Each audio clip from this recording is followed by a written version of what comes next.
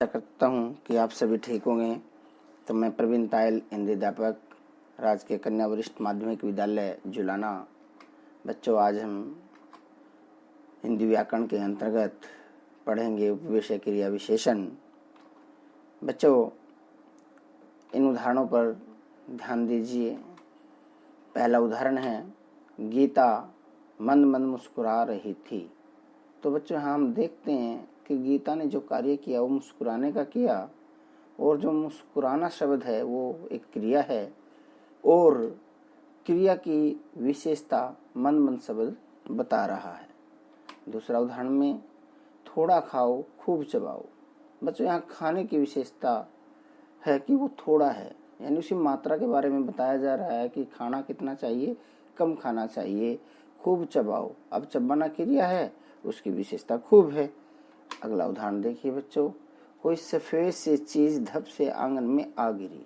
अब बच्चों, यहाँ देखते हैं कि कोई सफेद सी चीज जो आंगन में गिरी है, यानी गिरना एक क्रिया हो गई, और उसकी विशेषता वो किस प्रकार से गिरी है, धप से। अगला उदाहरण है बच्चों, रोहन फुर्ती से चोर पर झपटा। तो बच्चों, यहाँ देखते हैं कि रोहन ने जो झपटने का कार्य किया वो किस प्रकार से किया, फुर्ती से किया। तो यहाँ फुर्ती उसकी विशेषता हो गई है क्रिया की। अगला है, अचानक गर्मी बढ़ गई है। तो बच्चों, यहाँ बढ़ना क्रिया है, और उसमें विशेषता है कि वो कैसे हुई है, अचानक हुई है। बच्चों, अब देखते हैं कि क्रिया विशेषण क्या है। यदि हम इन सभी उदाहरणों पर ध्यान दें तो बच्चों, हमने जाना है, क्या जाना है, कि वे पद जो क्रिया की विशेषता प्रकट करते हैं उन्हें क्रिया विशेषण कहते हैं। जैसे वह जल्दी जल्दी खा रही है, वह धीरे धीरे जा रहा है, इत्यादि इसके अनेक उदाहरण बच्चों हो सकते हैं। अब देखते हैं कि बच्चों, जो पद शब्द मैंने यहाँ प्रयोग किया है उस पर भी एक नजर डालनी जरूरी है कि जब कोई शब्द वाक्य में प्रयोग होता है तो वो शब्द न रह करके पद कहलाता है। ये बात नोट करने की होती है कि पद होता क्या है। आगे हम देखते हैं क्रिया विशेषण के भेद। बच्चों, जो क्रिया विशेषण है उसके 4 भेद हैं। पहला है कालवाचक क्रिया विशेषण, दूसरा रीतिवाचक क्रिया विशेषण, तीसरा स्थानवाचक क्रिया विशेषण, चौथा परिमाणवाचक क्रिया विशेषण। तो कितने भेद होते हैं बच्चों, 4 भेद होते हैं। अब हम इन भेदों के बारे में विस्तार से पढ़ेंगे। पहला कौन सा बताया, कालवाचक क्रिया विशेषण। तो कालवाचक क्रिया विशेषण क्या होता है बच्चों, कालवाचक यानी समय बताने वाला शब्द, यानी कि काल मतलब समय और वाचक मतलब बताना। अब दूसरा शब्द है क्रिया विशेषण। क्रिया विशेषण के बारे में मैंने अभी आपको बताया कि वे शब्द जो क्रिया की विशेषता प्रकट करते हैं उन्हें हम क्रिया विशेषण कहते हैं। अब यदि बच्चों हम दोनों को जोड़ करके देखें तो निम्नलिखित उदाहरणों पर ध्यान दो। कल तुम कुएं से पानी भरकर लाओगी। अब यहाँ बच्चों क्रिया है भरकर लाना। अब उसकी विशेषता है, उसका समय बताया गया है कि कब लाओगे, कल लाओगे। अगला उदाहरण देखिए बच्चों, मैंने सुबह खाना खाया था। तो खाना खाने की जो प्रक्रिया है उसका एक समय बताया गया है, कब, सुबह। इसी प्रकार तीसरा उदाहरण, आज मैंने हर 20 सेकंड बाद हाथ धोए। तो बच्चों, इसको ध्यान से देखें कि आज मैंने हर बार 20 सेकंड तक हाथ धोए। तो यहाँ पर बच्चों देखना, जो हाथ धोने की क्रिया हुई है, जो धोना क्रिया है, उसका समय बताया गया है, कब, आज। तो इसी प्रकार बच्चों, यदि हम इन सभी शब्दों पर ध्यान दें तो हमें पता चलता है कि कल, सुबह, आज ये क्रिया के समय का बोध करा रहे हैं। इस प्रकार हम क्रिया विशेषण को परिभाषित कर सकते हैं कि वे पद जो क्रिया की समय संबंधी विशेषता प्रकट करते हैं उन्हें हम कालवाचक क्रिया विशेषण शब्द कहते हैं।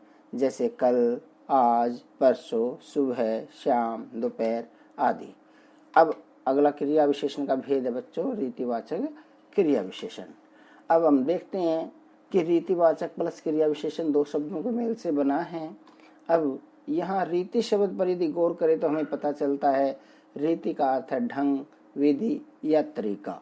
तो किसी काम करने का ढंग या तरीका रीतिवाचक विशेषण है। इसी प्रकार क्रिया विशेषण के बारे में आपको पता ही है। अब उदाहरण पर ध्यान देते हैं बच्चों कि पहला उदाहरण है वह फटाफट खाता है। अब देखिए खाने की जो रीति है, जो ढंग है, जो क्रिया है वो कैसे हुई बच्चों? फटाफट, जल्दी जल्दी। अब दूसरा उदाहरण देखते हैं, मैं अच्छी तरह काम करती हूँ। तो यहाँ काम करना, तो करना क्रिया जो हुई वो कैसे हुई? अच्छी तरह से हुई। ये उसकी रीति है, उसका तरीका है। तीसरा उदाहरण देखते हैं, घोड़ा तेज दौड़ता है। अब दौड़ने की क्रिया में एक विधि है, एक ढंग है कि वो किस ढंग से हो रही है? तेजी के साथ हो रही है। तो इस प्रकार बच्चों यदि हम इन उदाहरणों पर ध्यान दें तो हमें पता चलता है कि फटाफट, अच्छी तरह, तेज, ये क्रिया की रीति यानी उसके ढंग का बोध करा रहे हैं। तो इस प्रकार बच्चों हम कह सकते हैं कि रीतिवाचक क्रिया विशेषण वे पद जो क्रिया की रीति संबंधित विशेषता को प्रकट करते हैं उन्हें हम रीतिवाचक क्रिया विशेषण कहते हैं। इसके और अन्य उदाहरण देख सकते हैं कि वह ध्यानपूर्वक पढ़ता है, वह हमेशा सच बोलता है, वह धीरे धीरे चलता है, तेज आदि। तो ये बच्चों सभी की सभी क्या हैं? रीतियां हैं, ढंग है किसी काम करने का। अब आते हैं स्थानवाचक क्रिया विशेषण। बच्चों ये भी दो शब्दों के मेल से बना है, स्थानवाचक प्लस क्रिया विशेषण। तो स्थान का बोध कराने वाला स्थानवाचक और क्रिया विशेषण के बारे में तो हम बार बार पढ़ ही चुके हैं। तो इस प्रकार बच्चों हम इन उदाहरणों को यदि ध्यान से देखें कि इन दिनों हमें घर के अंदर रहना चाहिए, तो बच्चों कहाँ रहना चाहिए? घर के अंदर। तो के अंदर क्या शब्द है? ये रहने की एक विशेषता प्रकट कर रहा है कि जो रहने की क्रिया होगी वो घर के अंदर होगी। तो के अंदर शब्द इसकी स्थान संबंधी विशेषता को प्रकट कर रहा है। इसी प्रकार आवश्यकता होने पर ही घर से बाहर जाना चाहिए। तो बाहर जाने की क्रिया जो होनी है वो कब? अब यहाँ पर बच्चों ध्यान देना है कि जाना जो क्रिया है, कौन सी क्रिया? जाना। जाना क्रिया कहाँ होगी? बाहर होगी, यानी बाहर उसका एक स्थान होगा। अगला, गर्मियों में हम छत पर सोते हैं। तो इसमें देखते हैं बच्चों जो क्रिया है वो सोना है, और सोने की क्रिया कहाँ पर घटित होगी? छत पर, यानी छत उसका क्या हो गया? एक स्थान हो गया। तो इस प्रकार बच्चों वे शब्द जो हमें क्रिया की स्थान संबंधी विशेषता का बोध कराते हैं उन्हें हम क्या कहते हैं? स्थानवाचक क्रिया विशेषण।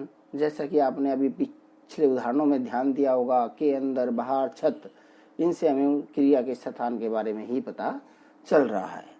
तो इस प्रकार अन्य और उदाहरण हो सकते हैं, के नीचे, के ऊपर, दाएं और बाएं और, इस तरह सभी के सभी क्या बता रहे हैं बच्चों? ये उसके स्थान के बारे में बता रहे हैं कि ये घटना, ये क्रिया कहाँ घटित होगी।